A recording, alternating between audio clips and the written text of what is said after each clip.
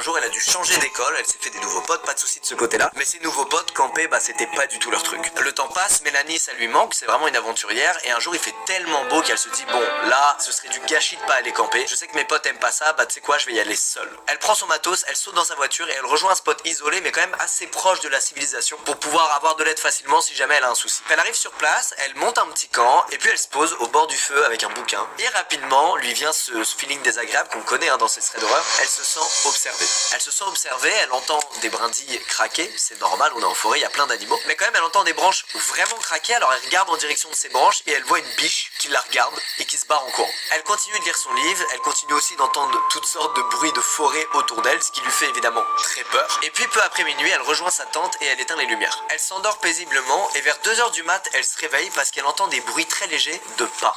Immédiatement elle se dit bon c'est probablement la biche que j'ai vue tout à l'heure ou un autre animal. C'est le classico camping, c'est ce qui arrive très souvent quand t'es posé au milieu de la forêt. Et après 30 minutes à dormir d'un seul œil, elle entend quelque chose qui frotte la tente et elle voit du mouvement à travers le tissu de la tente. Très discrètement, elle saisit le couteau de chasse qu'elle laisse toujours à proximité de son duvet quand elle fait du camping et elle reste parfaitement immobile, elle fait genre qu'elle dort. À 4h du matin, elle est toujours allongée dans sa tente et elle a pas réussi à se rendormir depuis cet événement. Et carrément, plus le temps passe et plus elle se dit mais attends, c'était quand même bizarre, je vais peut-être même garder mes bottes à mes pieds au cas où si jamais il faut que je m'enfuis rapidement. Et au moment où elle se dit ça, elle entend au loin l'alarme de sa voiture qui se déclenche. Là évidemment, elle va pas rester passive et ignorer ce qui se passe, elle sort de la tente, elle fait 2 pas en direction de la voiture et elle est immédiatement stoppée par une main qui se glisse sur sa bouche et qui la bloque. Quelques heures plus tôt, il y avait bel et bien quelqu'un qui était autour de la tente, qui était en train de prévoir comment il allait s'attaquer à elle. Réflexe immédiat, Mélanie essaie d'hurler de toutes ses forces, elle ouvre grand la bouche, et un doigt de la main qui est sur sa bouche se glisse entre ses dents. En sentant ça, Mélanie serre de toutes ses forces sa mâchoire, à tel point qu'elle arrache le doigt de la personne qui a la main sur sa bouche.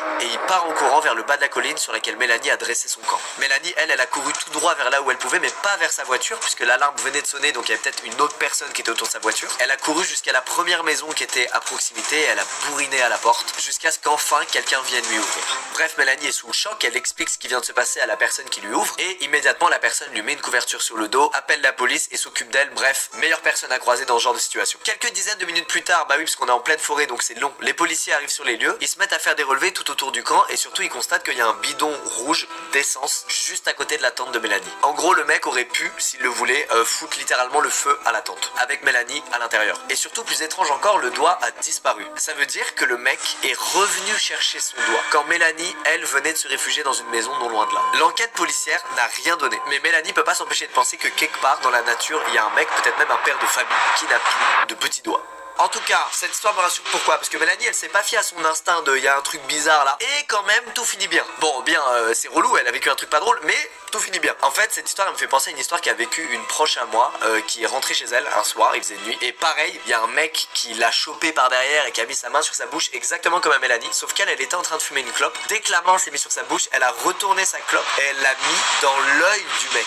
Imaginez la douleur, je pense que c'est pire que de se faire arracher un doigt. Le mec, du coup, il a immédiatement lâché en hurlant, donc elle a pu s'enfuir. Elle vit dans un village, elle vit pas dans une ville et elle se dit putain, ça se trouve un jour je vais croiser un gars qui a une brûlure à l'œil et je saurai que c'est le gars qui m'a agressé ce jour-là. Bref, une fois de plus, voilà, camper dans des bois, dans des tentes. Non merci, je l'ai fait cet été, je me suis chié dessus, je le fais plus. Bon, il est temps de passer à la troisième